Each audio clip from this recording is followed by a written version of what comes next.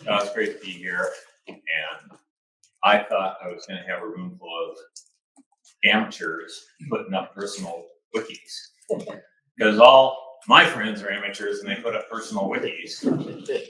But I'm thrilled. I really enjoyed the degree to which there's penetration into the industrial environment.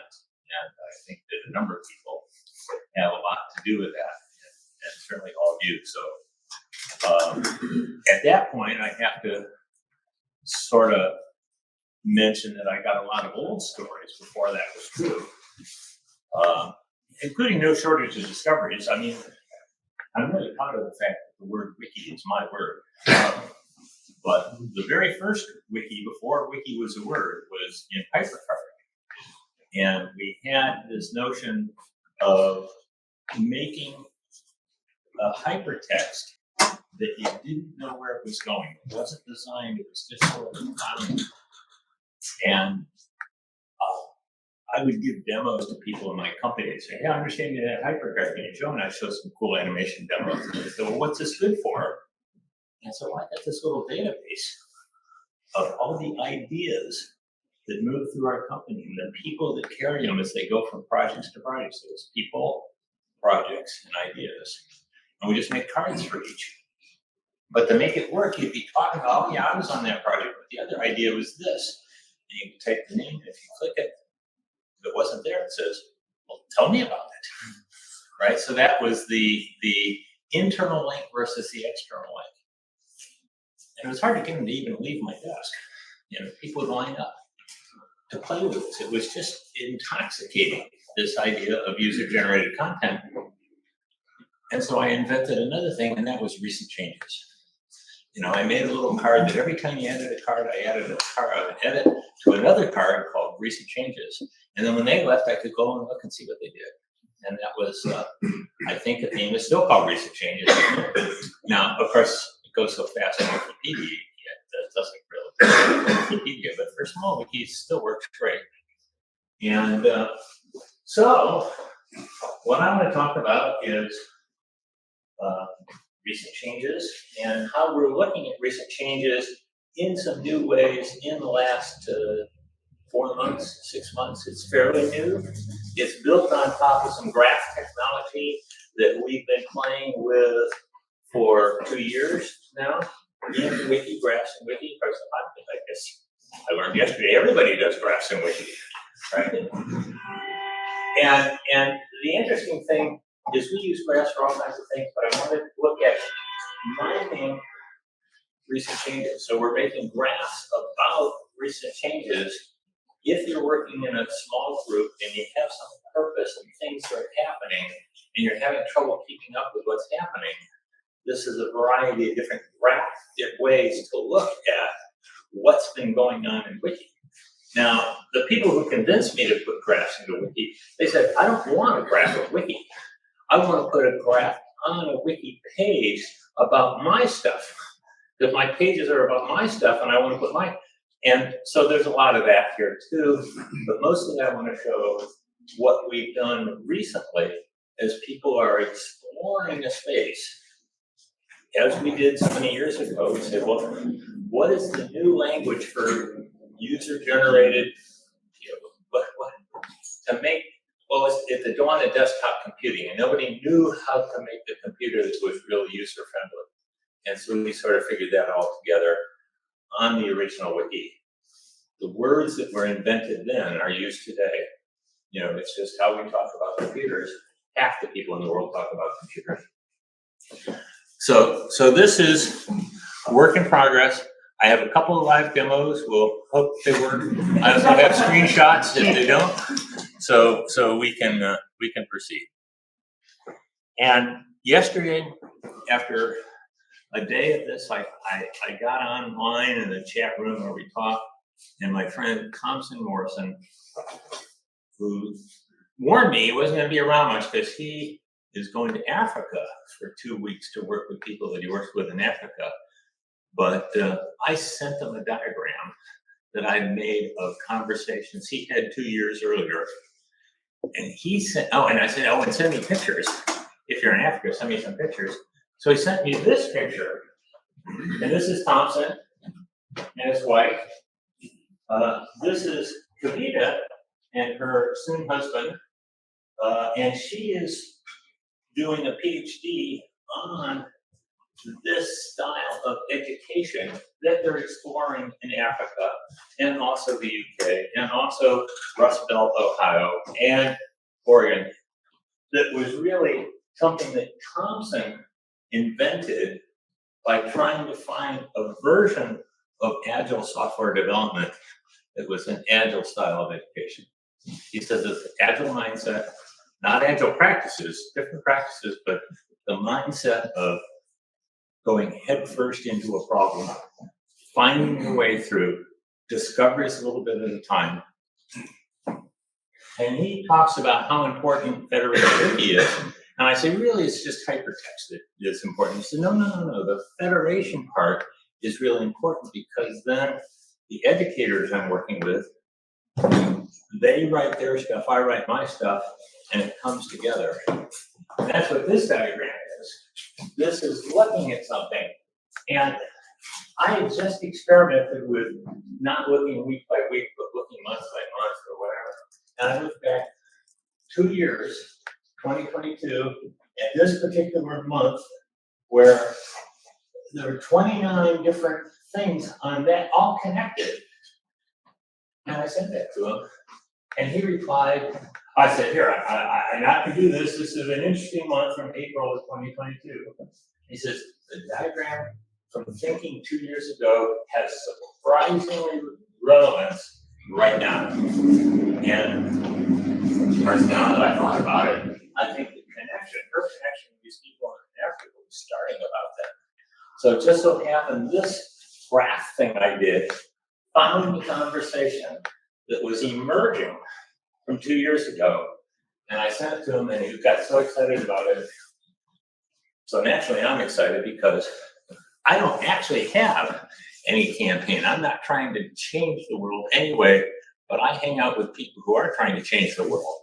And I said, let me help you change the world if that involves inventing a new way of talking, a new way of thinking, a new way of using the computer. That's what we're about. So I hope you enjoyed my talk.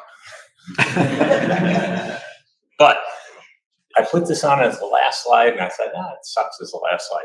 I made it the first slide. Here's really the first slide. I should mention that Federation is something we tried to do early on with something we called sister sites when people were trying to put up sites. And we said, let's just share the namespace. I had an opportunity a few years ago, a dozen years ago, to try an implementation that was, at that time, single page applications were important. Let's write a single page application, which is all Wiki, except for the page storage, and then we can distribute. Everybody brings their own disk. And if you want to bring a disk full of spam, then see who can fork it. Nobody wants your spam. So it's all pull, no push. That makes it different than almost all the internet these days. This is MediaWiki is shown to work very well, right? Lots of people. MediaWiki is a champ at this. Infinite respect for MediaWiki, by the way. But this has the potential to allow everybody to do their own thing. And the thing that you're doing, if it's interesting to me, I'll pay attention. If it's not interesting to you, have fun. And that sort of is a little like the blogosphere or the original internet. It might be throwback. But the challenge is how to make it feel like a wiki. People say, well, it's not a wiki. Why do you call it a wiki? I said, because that's my personal challenge. Whatever people meant when they said wiki nature, I want to create it in this environment. And so first thing I did is I figure there's going to be a lot of comparing. I'll take your page, put it in. What we do is we make the pages really small and we line them up. So this would be like breadcrumbs when it says you were here, then you went here, then you went here. Well, we just make bread pages. And if you click anything here, it shows up here in the whole thing. Just so it's like playing a video game. And this one, we're talking about some software, some things we're doing with it. stories of learning journeys was one thing. Click this, it opens this page. This is, again, Thompson Morrison. And what he's doing is working with educators and saying, we have this theory that people go through this phase of some curiosity, some surprise from learning process, and they just interviewed these. This is like a fourth grade class. Teacher would go around, oh, Joey, what was your curiosity today? And they curious is, well, I can't even kind of read it, but anyway, it's this path, and this is one, though, this is Alice, and this is Mary. And when we put it into this graph, and this is, there's a loop measure because this ultimately comes back and, this is the repeated, your curiosity begets surprise, begets more curiosity. But here we're at that. Natural defenses. This is one thing and it turns out these kids talk to each other. So really the innovation for agile education is not to have intense, very small classes with very highly trained teachers, but to let the kids explore stuff that they're interested in together. And they're judged not by the depth of their knowledge, but by the degree to that they can share their enthusiasm for learning with other kids in the school. And a lot of times they'll do kind of a demo day where they explain to each other what they've done that week. And kind of like speed dating, you go around in a circle and try different times. And a lot of times it's after about the fifth time you've explained it and gotten dumb questions from your fellow students, you get pretty good at explaining what you're doing, which is half of the learning process, right? So it's something that is suitable for what we might call high-end education. You get in a private school or Montessori, kind of like that, learn by doing. But you can get it and do it in a public school in a way the teachers aren't overworked. The teachers actually get more joy out of watching the light bulbs go on and off. And that's what Thompson's doing. So what I'm doing is I said, well, as long as we're going to line these pages up in this compute environment called the browser, why don't we write little scripts that can look around, we say look to the left. Is there any data that you could use to the left? If so, pull it across to the right. And so this computation was spread across these 4 pages. What's neat about that is if you and I are working together, you can say, hey, I got some new data. And I say, I can do a visualization, pull them up together. I'll pull up your data, my visualization, or you pull up your data and my vision, whatever. And we put them side by side, and they hook up in the moment. Dynamic. This is cool. So for 12 years, we've been exploring how to make this powerful. One thing that's great is you have a bunch of pictures on a page, you open up a map, the map says, where are you from? And puts markers on the maps. Another one we do is you can put markers on the map yourself, and you can put a bunch of maps. I'm going to be here, I'm going to be here, I'm going to be here. And then you pull up another little database like where the bike stations are, and it says, oh, well, if you're going to be in these places, here are the bike stations you're going to want to know about, and it puts the markers on the map. So it's just data flowing across the lineup. If you're a Unix person and like that pipeline notion of bar, it has a feel of that. But the data is rich data that you might represent in any kind of object you can put into JavaScript. So the interesting thing is, at this point, what we're doing is we're putting graphs into JavaScript, or a very simple graph notation. At the last moment, running that through GraphViz, which does a pretty good job of showing things. And then where they touch, we change the color. So that's Word, is all this happening in the browser? In the browser, okay. Yes. Yeah. So the server has 2 jobs. One is to serve up the code for the browser, and the other is produce any page when asked. Oh, and the third thing is if you make an edit, send an edit down, and that's done like any other editor with change history. So the challenge in this environment is, how do you know what other people are doing? When you have one machine in charge, it can just tell you what other people are doing. But here we have to ask around. And that, here's another lineup of, this is actually a site you can go to. It's called Fed.Wiki. So that's the only URL you have to remember. And usually we have a welcome page that says, who is this? And what do you really need? And here, this is our text and video chats. This is some, like when they're held, and here and we can watch everything that's happening. And we can pick that, this opens up and says, this is what's been happening. This was over the weekend. So it says, well, Sunday, Saturday, Friday.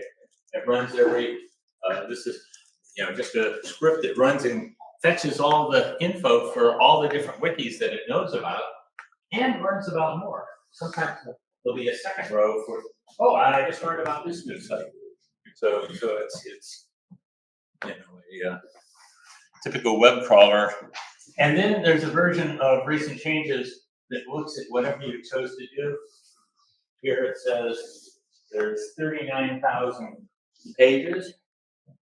That's, I'm sorry, I misread that. 3,900 pages. And these are all the sites that it looked at.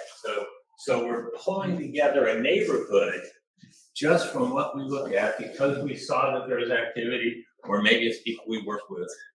And this is something that's been in Federated Wiki as long as there's been Federated Wiki. Now, it turns out that over the years, we've made that faster. We've improved the way sitemaps work. We made it so you can say what links here. That turns out to be useful. And but with that, and our inclusion of graphs, we started looking for more interesting things to look at. And so here is Thompson's site, and he says, these are the people I'm collaborating with that are most important. And this is a little script, it runs and it says, okay, this site is this one, it's 786 pages, and so forth. And then it says, if you want to look deeper, maybe you want to look at the solo lineup browser. And that's over here. The solo is a funny name because we made a highly collaborative one, and the collaboration was a disappointment. So now we made one that you just use for yourself, but you can still share. And here it says, oh, I see 3 different sources because it's looking to the left. There's 3 different pages. This one, and this one. And there's one that has 210 graphs, 26 graphs, and 58 graphs. And these graphs, we call them aspects because they aren't the whole graph. They're just something about the graph that you might find interesting. And so instead of querying out the graph you want with a query language, we just say, let's just find a bunch of little graphs and put them together to get the picture we want. Now, I'd like to do a demo of this. And I think, I missed a demo. I think what I'm going to do, I get caught up in this and I start demoing it and I just can't stop. It's so interactive. But I think what I want to do is I want to get to more about the graph stuff and then leave lots of time for questions. I'll let you drive my conversation by asking me questions. And when we're tired of talking about graphs, you can ask me anything else. Like if you haven't heard the story about where the word wiki came from, you'll be want to hear that. Okay, so if I say try the live demo, does it work? Boom. Oh, that was the old demo. That was where I was going to show you recent changes. But you can imagine how that works. So I want to go to here, and I'm going to show you how this detailed picture pops up with, that's the solo collaborator. And we say try the live demo, and it pops up. And this is Thompson's page. It says it's working. Okay, it's done. It took a little while to run. Our rule is if it isn't immediate, then tell people when you're ready and give them some useful information on the page so they don't have to look any further, but it invites them to go further. So now, what I've done here is I've read through recent changes and I said week by week for the last year, what's been happening in this community. He defined the community. He said, he calls it his noosphere, which is, I'm not sure that's science fiction term or something, but it means community as far as I can tell. So if I click that, it comes up and it says there's one source. It found in here 53 different things that you might find interesting out of all these pages, clumps. And of course, what we now want to do is just say, okay. So here it is. This is, now here I wasn't particularly original. I named these graphs after the date in which they were last edited. So this is like today, the 18th, which means we're taking a chance because who knows what's going on there. But if I click this link, there it says, oh, collaborative community. Oh, okay. That might have been my edit. We can pick another one, and all of these for this date don't overlap. It says, I looked at the graph of, here is a page that was edited, and here's the pages it references. Here's the page that was edited, and the pages it referenced, and this one was also edited, so we get a little deeper. So this is clusters of nodes that were present starting from activity on the week ending on the 18th day. I see, I accidentally slipped forward into the 11th. Well, okay, 2 weeks. And this is in the moment. So you can be working with people on a call and you say, oh, make this page doing some work. And then you can turn to this and see the work because it's all fetched in the moment out of the sitemaps, which are maintained edit by edit for you. So the sitemap is always current. And so we just fetch the sitemap and all that goes in there. Now, the interesting thing here is as I open up these things, it says, well, wait a second. Here's the date back on there on the 8th, February 8th, that related to that.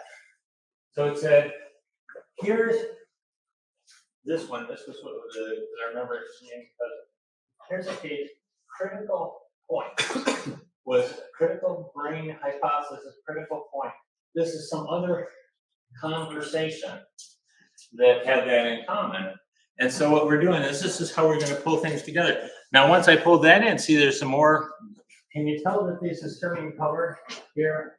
It says, well, if you find this interesting, maybe you ought to look at this or this, going in more current or past. So the fact that these dates are just a bunch of numbers, after a while, you just start browsing around. In fact, those first ones I picked didn't turn on much, so I'm just going to turn it off. And so we just get that. Oh, no, that one's important. How about that one? Yeah. So now I cleared the table a little bit, focusing only on that thing that said critical point. And now let's, okay, here's another one. What is that connect? Oh, what's that? Okay. So you can see we're actually composing a query of sorts, but we're doing it by browsing, not by algebraically specifying how we want to traverse the graph. The graph traversal has happened by producing this list of clusters and saying, if this one looks interesting, maybe these other ones would too. Because this is wiki pages, we can also go back here and say, trialectical synthesis, what is that? So you click that and you read the wiki page. So this is a pop-up, but it's still connected to this lineup, and all the lineup rules still work. I think if I click another one, if I shift click, then it just adds it. You know, so we can go pretty deep here, digging around in this. And if you're looking at pages that are 2 years old, it might help. Oh, connected thinking. He has a page about the page. So Thompson is a great client because he loves this stuff. And anything I say, why don't you try this? He says, well, that was really powerful, but I get confused when this happened, or this slows me down, or whatever. And I say, I think I can fix that. I'll check with you tonight. So all the projects are like one-day projects, and they're just a little more. And because we can make a UI, which is by writing the page that we wish we had, leaving the spot where the code goes blank, talking about it on a Zoom call. And I said, okay, I'll fill that out. And then he works the page and he has it. In fact, this little thing up here, it says, this page occurs here is the same, and an older version is there. And this stuff, passed around. So I can tell if he's looking at my newest or my oldest or whatever. So it has that feeling that we're working together, even though we're working separately. And it's also because it's pull only. You never know what you want to pull unless you're on a regular video call or a chat room or something like that. And that's all spelled out in fed.wiki. Go there and it'll point you to our chats and so forth. So this is pretty neat. Now, what really makes this work is that's not the only script I wrote. I showed it to him and he says, I'm looking for these clusters where there's a lot of inbound pointers. I call them hubs. Okay, you're looking for hubs. So he'll click all those things until it turns to a spaghetti bowl. And he says, see, this one and this one, that's what I'm looking for. And I say, yeah, but there's all that noise. Why don't I have my script look for those things? And I'll just show you the hubs, and you can decide which one you want. And so it says, oh, see also collaborating community hubs. And when I open that, it's working. Oh, done. And this one even tells me these are the hubs. Creative genius, 75 inbound links. This is a few years of work, Agile. Oh, see, it's overlapping. I can't read what it is. Agile mindset. 56. Eureka moments. That's when the light bulb goes. Deep listening. Talking to your fellow students and not bragging, but listening what they did and finding out what they did. Hidden potential, emergent white space. Jazz musicians talk about creating the white space for the solo from your partner to step into. So there's a lot of learning cycles. That was that thing we saw at the very beginning. Autopoietic systems. You got to have a little of that, when you get graphs involved. So now, of course, what I can do here is now, these are two scripts, maybe 100 lines of code, producing graphs, offering them up to anybody who cares to listen. And of course, the solo collaborator looks to the left and says, oh, we got, what is that? 53 and 26 aspects. I wasn't sure what these graphs would be called. They're really partial graphs, and aspect-oriented programming was something a few years ago where you say, well, we're going to write modules that are part of a solution of an object. We'll mix them together. And so that's really what this is. So I think aspect is the proper term for these subgraphs. And we'll open the solo collaborator and make that full screen. And now we have an interesting thing going on. We've got the dated versions going back to January. So this is 3 months of weeks. And we have Creative Genius and Agile Mindset and Eureka.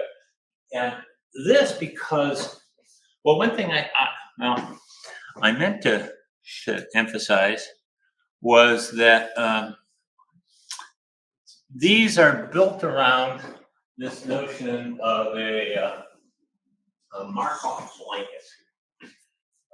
Carl Friston has made that a popular term, but it really means in a network of influences like inbound and outbound links, Mark off means kind of step by step. So you can imagine traversing this graph step by step. But a mark off blanket is your nodes, the nodes you reference, the nodes that reference you, and the nodes that reference the nodes you reference. And that is a collection. And so we just say, well, I'm gonna look for hubs based on how many inbound blankets there are. But I'm not just gonna give you the hub, I'm gonna give you the Markov blanket of the hubs. And it turns out that it's pretty well connected. So if this comes back, see, I think I have to ask for it again. Okay. So now if we, all right, these are the hubs. And then here's where we get the Markov blankets of the hubs in combination. Oh, you know, that's not, yeah, that's okay. 3 days ago, I had a bug where I wouldn't have wanted to do that. So I was coding last weekend to fix that. That's why I sent Thompson that graph. I said, Thompson, I got this new stuff. He sent me a nice photo. But the thing here is, if I pick something like creative curiosity, it's a node. 3 inbound, 3 outbound, the inbounds to the outbounds. So that's the thing. But it's actually reaching over a fairly large part of the heavily traveled part of his wiki. And you can tell that because of the number of these. You know, it lights them all up. It says pretty much anything here is going to have a connection. Of course, this could be exactly what you're looking for. And what Thompson will do is he'll look at this and he'll remember what all these things mean. Or maybe he'll click it to refresh his memory. And he says, can we tell a story that goes from here to here, down to here, and then over to here? What's the story? Could I write a paper about that? And if he can tell a story about these fragments that all hold together, then he feels he has something important. Because he can imagine that his audience, which tends to be educators, would care about that story. And so that's a criteria that he holds himself to. Now, of course, what I find is interesting is you pick one of these things and it lights up here, fairly sparse. You can say, oh yeah, recently for that, I can't quite see the numbers. Yeah, so now we're pulling, oh, that's a big one. Let's try that. Now we're trying to say, we have this cluster, we identified the cluster that was looking at the whole history of your neighborhood, your noosphere, which I think for his it goes back 4 or maybe 5 years. And now we're looking week by week, recently. How has that impacted what you're doing now? And because he's always bringing new people into this environment, they're finding their way around for the first time. And that's what makes this really interesting, because not only is he looking at what he has done and forgotten, but he's looking at what the people he's coaching are looking at. And I say coaching, and it isn't really coaching. He's inducting into the cause to be the future leaders of this movement, because they all want it more than he wants it. He's just a kid in school. They're living the schools. They want to make the schools work for all the kids. And so that's the kind of project where Federated Wiki fits, where there's natural separation. Schools have a lot of rules about what you can say outside the school, because they're just deadbeat dads hanging around trying to find their kids. You know, it's really sort of, you have to be extra careful when you're dealing with information from kids. But they feel if the kids are doing this and charting their own learning journeys, doing this, there are systems that will make wikis for schools. Blackboard is one. And at the end of the semester, they erase them all. That's got to be criminal. So I say, I don't care if our stuff is good, but it has to last. It has to last. How am I doing time-wise, speaking of lasting? Oh, gosh, 20 minutes more. Oh, good. I can keep on going. I say, we were talking to some people who had connections with Amazon, and they said, well, we could work on scaling. And I said, well, you're probably talking about traffic scaling. I want to do temporal scaling. How can I build something that's going to last for these kids so they'll still have it when their kids are going into 5th grade, and they can pull up this stuff and share it? Because that worked for paper if you didn't lose it, but it's like, oh, that's not possible with computers. Computers don't last that long. You know, you got to buy a new one every year or two, and they all change.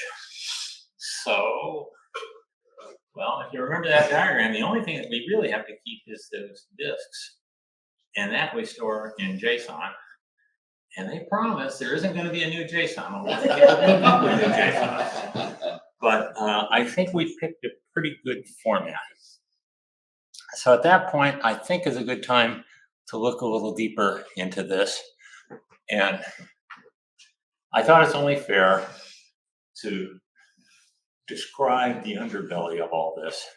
And it's all based on JSON in one form or another. But JSON can be anything. And the first thing we make it be is a page. So I drew a little fragment of a page, and then I dumped the header of the JSON. And it turns out that these are narrow and they're simple. It's always a linear ordered story of elements, typically paragraphs or images or graphs or scripts. But here it says, type paragraph. The text is welcome to this double square brackets. I'm not really losing and this goes on a little longer. But it turns out this was enough that if I pulled up this page, I could learn. No, I'm getting ahead of myself. The other thing we do is at the point that we create a new paragraph, we tag it with an ID, a random ID. And that turns out wherever this page ends up as this moves around, we can find that page because we can find that ID. Another type paragraph, pages about us. This is a suggestion. And it's funny, I say, here's a place where you can type your name. It's really hard to get people to type their name because if it's a brand new system, I don't know what you're going to do with my name. I don't think that, but I model that behavior. I always say who I am. And I don't have a standard bio. What I really do is I say, I'm Ward, and I'm telling you why I'm making this site. Because I have a lot of sites, and they're all for different purposes. Sometimes I'll say, here's some tools I use to make this. This is the about page, and then this is the page. This is the site that you want to get. And sometimes you'll sneak a little extra information on that, but that's the one page that you don't want to fork from somebody else, because theirs is called welcome visitors too. That's why you move it off into something like text and video chats. Anybody else has a text and video chat? Maybe you do want to know about the collision. Happy accidents, we call that. So the server side, in addition to storing the pages, every time you send an update, edit one paragraph, it updates the sitemap. It says it's an array, and for every page, it says this is the title of the page. This is the page as we use it in a computer, all lowercase. This is the date of the last edit. This is a synopsis, which is typically that first paragraph. And as of a year or two ago, to implement what links here, we say, these are the outbound links. Outbound links and where on the page they were found. So we know where the links are. And because we read the sitemaps for everything in your neighborhood, it's just a simple computation to reverse this and find out what links here. And what links here is great if you're kind of careless about making pages and forget. So a lot of times I can't remember what I called that page because I used some clever pun and I can't remember it. But I go find this, and I know it mentioned this page, and I say, well, like, oh, there it is. That, you know, so that associative memory for that. Piling this on, and so we build a lot of stuff, and of course that's what the recent changes is. this was not very, we call it, I almost called it quarters, but I thought, well, that's so corporate. So I said within a season, this was changed within a year, so forth. And there's not a lot of, this was, I think, 16 pages on that site, so it's nice to look at it small. And then this is the third variation of JSON, and this is a couple years old. We tried a number of different things, and this is the one that was the real winner. It's an object that has a bunch of nodes and a bunch of relations. Just because I was a Unix guy, I wouldn't just like spell out relations. Rel, we call it, props. And every node has a type. A prompt is distinguished from a page because somehow some AI snuck in there. I said, well, we don't want to call that AI stuff pages. We'll call it prompts. But another page, and props, that's the property graph. The name of the page, other than a type, is just a property. And that's unbounded, you can have whatever. And it turns out, if you don't want to go through JSON, you can put all kinds of complicated stuff in there if you stay within JavaScript, but there are rules for what can and can't go into JSON. When we share things by JSON, you have to follow those rules. And finally, the way things are linked together is by indices. This is item. This is node 0, node 1, node 2. Here's relationship 0, relationship 1. So we say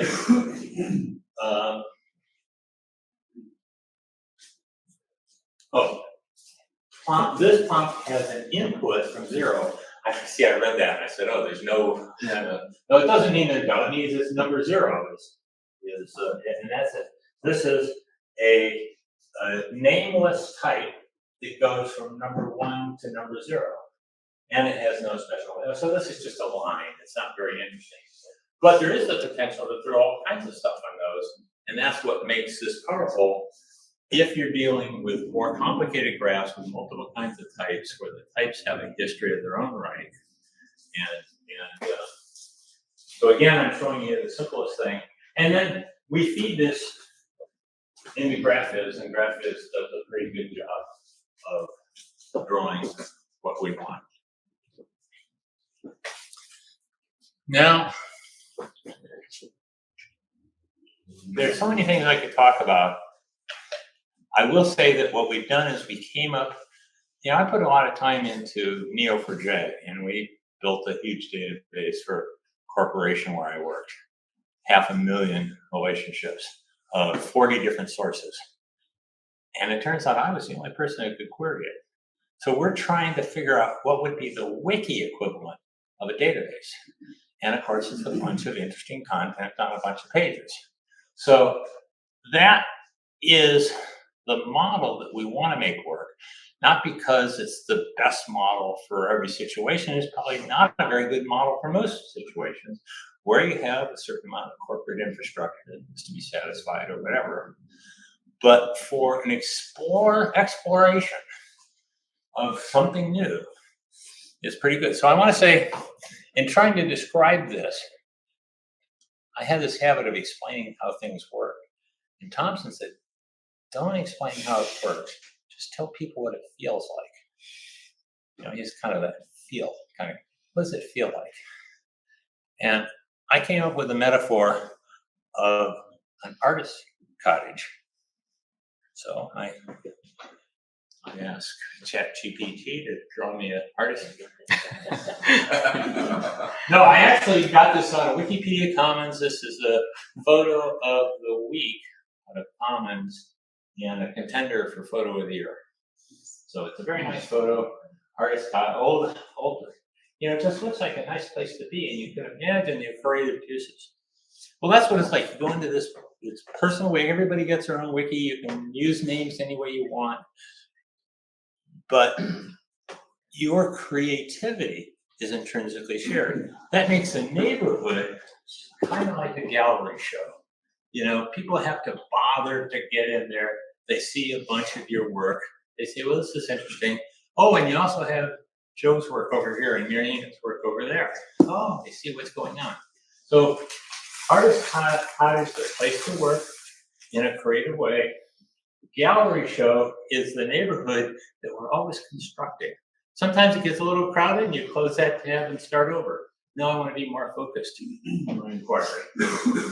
And then what we're doing, where we look over that information, clump it in different ways, try to discover something out of your history or the structures you've built, inadvertently or not. Well, that's kind of like a critical retrospective on an artist's work. And so that's what it feels like.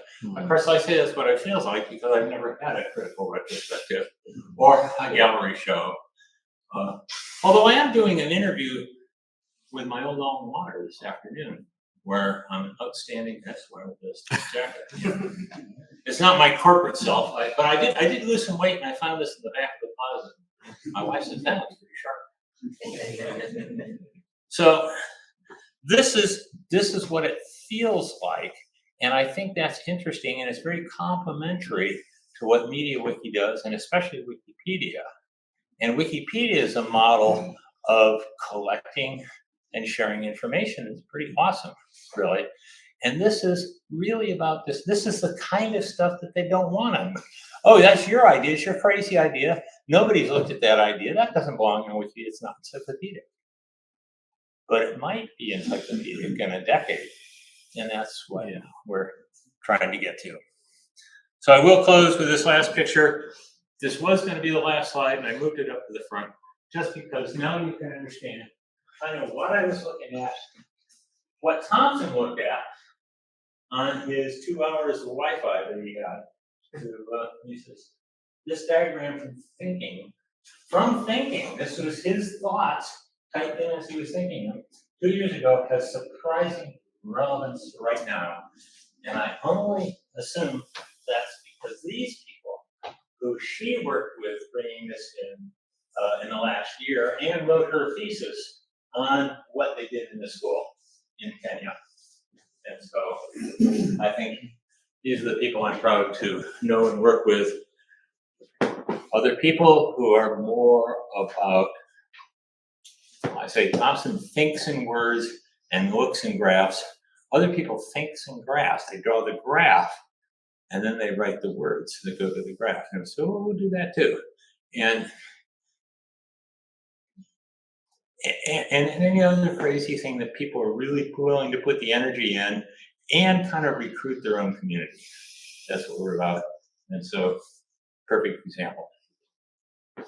I think I'll put the pretty picture up. Any questions? Yes.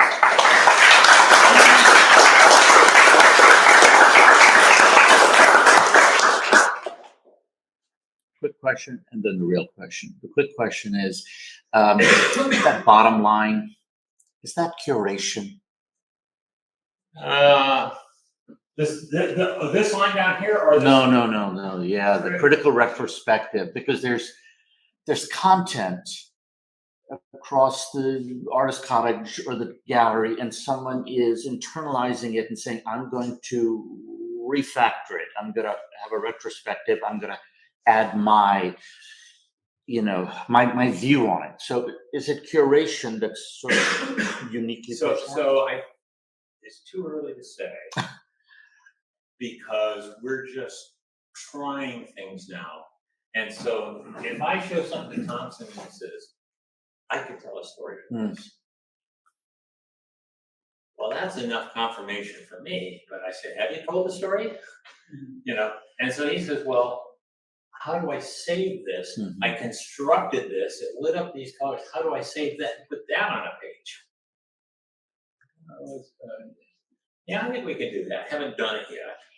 But that's what he wants to do. And then he'll take screenshots of my beautiful graphs. and then he gets a marker and he draws arrows and he draws the path that he wanted to follow.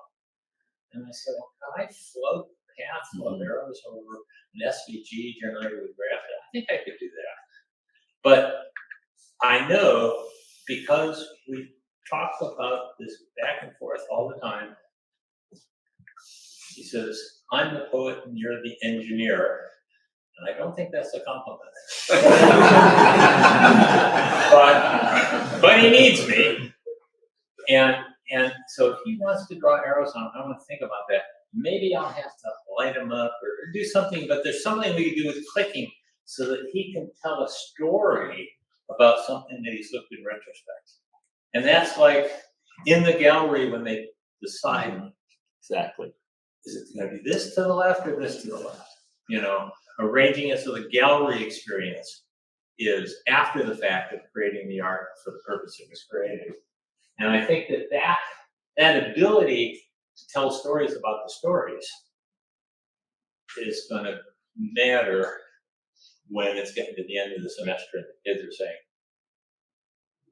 well, what did you learn? What do you want to remember more than anything from this term? Oh, it's the time that Mary Ann told Jill this and Kevin said this, and it works like this, and that's what turned on the light bulb for me. And that I think is curating stuff that is already fairly systematic because CM's on it. That's just what he teaches his colleagues to write short paragraphs, meaningful topic names. And what it becomes beyond that, I think we're in a position to discover that we have a group of explorers and we manufacture tools. The other metaphor I used was lens makers. And I had a nice slide when I pulled it of, telescope and a microscope. And it was the lens makers who could grind those lenses that made the telescope and the microscope possible. And you can see giant things and you can see very small things because of it. So I think that what we're doing with the lineup, the Federation, the idea of putting data on pages, sharing it across the thing, and dealing with not gigantic data, but rich data, like graphs, is grinding lenses. And they're of no use to the lens maker, they're the use to the lens maker, the lens maker serves. And so that's my engineering goal. Thank you. Yes. I have a poet's comment, but also maybe a question too. So when you go back to the graph visualization. Yeah. So at the top of every box, it says page, right? So my poet's observation is, would it be nice if there was a line separating that? Yes. But it does beg the question as to what the other possible types are there. And you said was one. I'm just kind of. Yeah, I wanted to go there. Now I think, I don't know, okay, I had it was buried. Okay, what I have is you can say, add color to these pages. Now, I have two colors, but that's the type, and what I want to do is you say, can you remove that type? But I want to use the type to do the colors. If I get down to here, well, let's load up enough here. So it says prompt, if it was, and his prompts are always this related to this. So just the word and calls it a prompt. And so what we can do is we can apply color, and on my to-do list is at the same time we apply color and just take that off. Because we don't look at it when we click on it. The page name is the rest. But that's on the to-do list. And the other.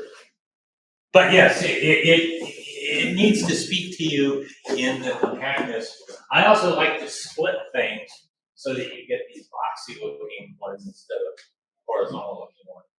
But then I have to take that out before I go to the wiki page. So there's a lot of miscellaneous the other like empty space was that type for links.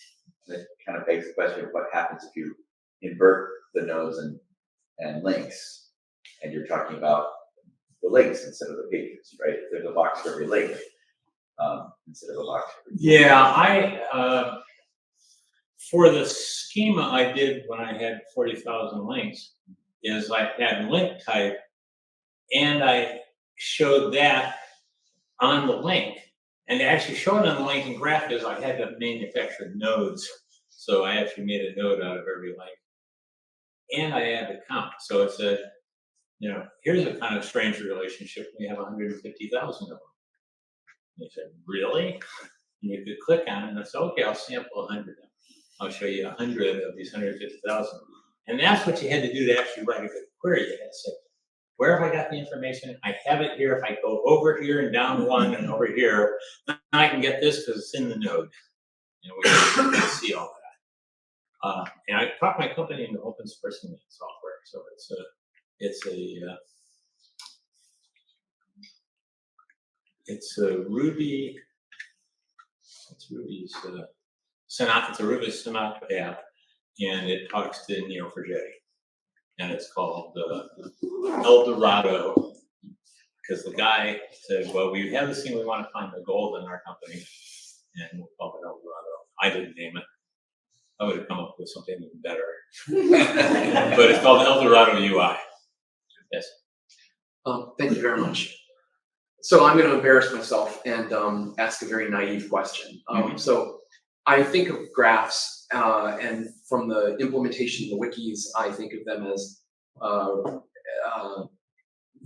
representations of how content is linked together. Yes. It's somewhat static. Yes. And I think what I'm not sure if I'm understanding this right, but what we're seeing here is not all the links that are, but these are the links that have been recently traversed. So, I think he has 5,000, 6,000 pages, all fairly heavily linked. And so I need some way to find something interesting. So I'm guessing what he would find interesting by applying some algorithms. The simplest one was, what have you edited recently? Not even when it was created. I couldn't look at creation date, but what has been edited recently, because it's clearly in your mind or one of your colleagues' mind. And that's why I chopped it up. But that was an experiment, and it worked pretty well. So we do a lot of dynamic stuff. There's a lot of interesting causal loop diagrams that are computational and so forth. And those are other people. Thompson is very much of, let's go do it and then talk about it and then discover what we said. And that's just his process. And it's what we've been doing this week.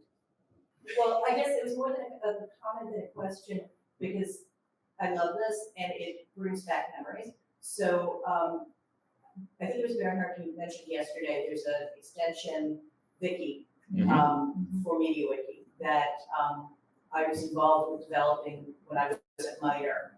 And I guess I'll just sort of riff on this theme. It came from very similar, a very similar need. We had wikis that grew over time. Yeah. And I'll use one as an example, Robopedia. We had a robotics project at Miter. And the leader of that project was a very, very strong advocate for the wiki. And it didn't happen if it wasn't in the wiki. Yes. Every piece of equipment, every person, every meeting, everything had a page in the wiki and they were all linked.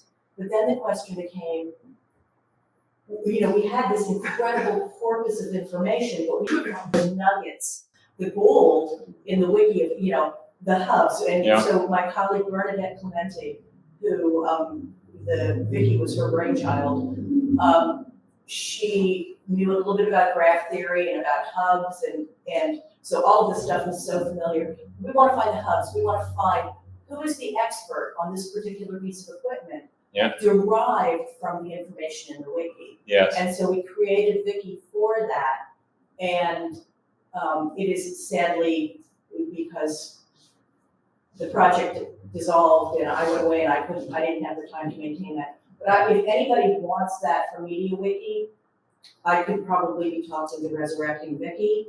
And so it does very. And I would love to tell you about algorithms and that we might bring to this for the same Exactly, because purpose. we just barely began to scratch the surface of it. But I would love to talk to you more about the algorithms we can apply. Because when you've got that huge corpus of information with emergent knowledge in it, you want to be able to find that by applying the appropriate. Yes. And what we did not do is look at recent changes, and I find that fascinating. How fresh is the information? What's evolving? I would love to have that. Yeah. So we just thought that would be a good first guess. Yeah. But there are 2 or 3 more stories that go along with this. One of my collaborators is just devoted to Zettelkasten, which is the index card method of writing notes on everything. And if you've got 30,000 cards in your card file, you're a pretty good Zettelkastener. So he's doing Zettelkasten on a wiki, and I can't stand to look at it. None of it means anything unless you're looking at 10 cards at a time. But I said, okay, you figure out how you see your Zettelkasten and draw it in a picture that I can understand, and then we're getting someplace. And he's bought into that idea. So, yeah, maybe something will come out of that. Yes? So I think the most powerful way we can deploy this technology is not if it's just available in one Wiki package, but if this pattern could be replicated and used in other Wiki platforms as well, as if it becomes a sort of standard for Wiki interoperability. What would you say is the most straightforward path to building this kind of federated whole functionality into any Wiki software? I had in my notes to say that there's nothing here that really depends upon Federated Wiki. That the idea of having a convenient graph notation, although our attitude is small graphs combined instead of a large graph queried, and most people who build a graph are how big can we make it? But we're just saying that then the next question is how do we find the part we want? I'm interested, I'm happy to share the code we use to manage those indices is just a JavaScript object, and we have a Ruby version of it because we're doing this stuff in Ruby. I have GitHub Actions that'll collect this sort of information out of a code repo and draw aspect-oriented pictures of your code. And you can put those on Wiki or not put them on Wiki. Turns out that GraphViz has nice diffing of SVGs, even, So happy to share that, happy to participate, happy to explore what a plugin might do, or in my community, there's still strong interest in Neo4j, and in my old Neo4j thing, I made sure that we could take these simple graphs and import them into my large graph as a simple form of, because the thing that is attractive about graphs is that not only do you put the nodes in, you put the relations in. So you don't have to do any tricks with foreign keys. You just say, here's the relationship, and let me tell you a few things about that relationship. And that's the power that you get from this. And I think that it fits nicely with Wiki. I'd love to figure out how to do it. I even made notes to talk to you after your presentation. Yes? Well, this is somewhat tied in with James' question, but from what I understood, the protocol used to get the current set of pages for each wiki is just sitemaps. That's what was convenient for us because they're automatic. Everybody has uniformly formatted sitemaps. Yeah, so if that's the case, then theoretically this whole setup could be used to aggregate information across a set of sites that aren't wikis at all. Absolutely. Right. Absolutely. Okay. Yes. And our universal key is the slug of a title and the site that hosts it. Site and slug is where we start. And if you want to get particular, it's a site and slug and the ID of the paragraph on it. And I don't think we do. MediaWiki doesn't ID paragraphs, but that is, we do. Parler does. Oh, excellent. Yeah, that opens a few doors. But I will say that there's another thing that we do, which is we have a standard way of augmenting a sitemap. If you have a site, like the first one I did is ham radio call signs. What if you put ham radio 9's K9OX, or always letter, number, letter, something like that. So it just scans the pages, all your pages, for ham radio call signs and makes a little database of those in the style of a sitemap. And so it's a sitemap addendum. And what happens is if you come back a week later and say, oh, there are 4 new pages in this wiki. Oh, well, we'll go search them. So it's the incremental cost of keeping it current is almost 0. In fact, if an app wants it, of course, only you can save those they're called surveys. It's kind of like surveying your employees.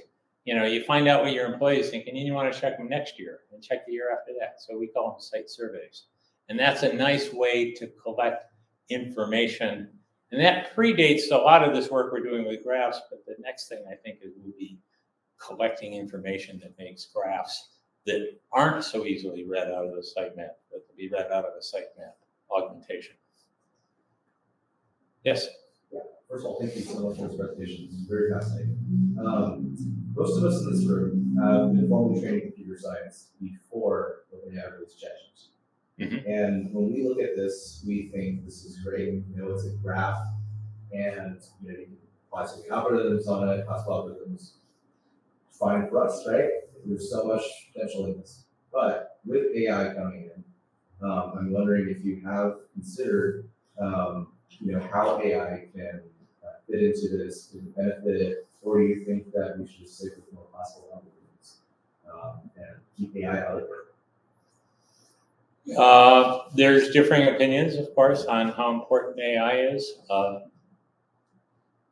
Thompson, who is a philosopher and reads a lot of history, he'll pick up this idea and that idea, and he'll ask ChatGPT, this is important because of this, and how is that related to this? You know, how is Whitehead, Alan Kay related, and so forth. And it'll spew out 5 paragraphs, as it always does, of the relationship, and then he tracks it down. So he uses that to spur his thought. And then he told me he's pasting the answer in a wiki. I said, oh, no. So I said, just please document that this is a ChatGPT dialogue that you're putting in here. And the coloring I do, I say, oh, I'm going to color them a different color. And when you see this huge graph and you say, oh, this whole half is just a conversation in ChatGPT with itself, you know, guided by you, admittedly. And he has a complete argument about why that's important. And I will say that the pages he writes from his direct lived experience are much better than anything that comes out of ChatGPT. So the ChatGPT is not of interest to me. Even his experience isn't that strong of interest, but I want to know how it's working for him. I think there's a lot of reason to be afraid of the laziness that might come from over-reliance on that. But you know, I can't say it's all bad. I'm suspicious though. I totally agree, because you know, this is beautiful graph. Some people will just say, oh, let's just throw that into ChatGPT and let it figure everything out, right? Yes. I graduated before. I know I graduated before OpenAI and ChatGPT, and I'm also tempted to say that that's disgusting. Let's not be lazy like that. Let's use our classical algorithms. So it's good to know that we don't want to. Well, one of my favorite pages that has accumulated a lot of addendums was an article that was published in an image processing journal titled Disgust and Envy. You know, and it says, these kids these days, they do fantastic things, and they don't know the first thing about image processing that we learned so hard, and that they're disgusted by how much is being produced with fabulous image processing, and they're envious, disgust and envy. I think that's what computer scientists feel in general about ChatGPT. Yes. Just an anecdotal comment. Real life experience. My son's computer science student at Berkeley, and he's working on a project with a friend of his, and his friend just starts coding using ChatGPT. Yeah. And his discovery is that it takes me more time to fix his code than if I work myself. Yes. I mean, that's just real life. Even students are realizing. Oh, sure. But I'll tell you, I was working on a little Ruby program and I could not remember how to loop through a loop in Ruby. And I was working with another fellow, and he says, "Oh yeah, let's see it. Oh, he just completed it. Oh yeah, that's what it was called, right?" So if you had some mastery over, a language and some framework and so forth, and you'd been away from it for a few years, I could see how it would be really helpful. And whereas I'm always, Stack Overflow, tell me what that is. So it's just faster than Stack Overflow. Yeah. Comment on my question. The comment is, I think I might be the only current computer science undergrad in the room at the moment. So that's why I said most. But yeah, we're also dealing with OpenAI and ChatGPT and all these tools.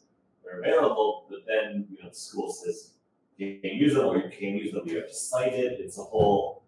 I fully agree. There's a benefit to learning how to do it on your own, because we shouldn't be dependent on these tools.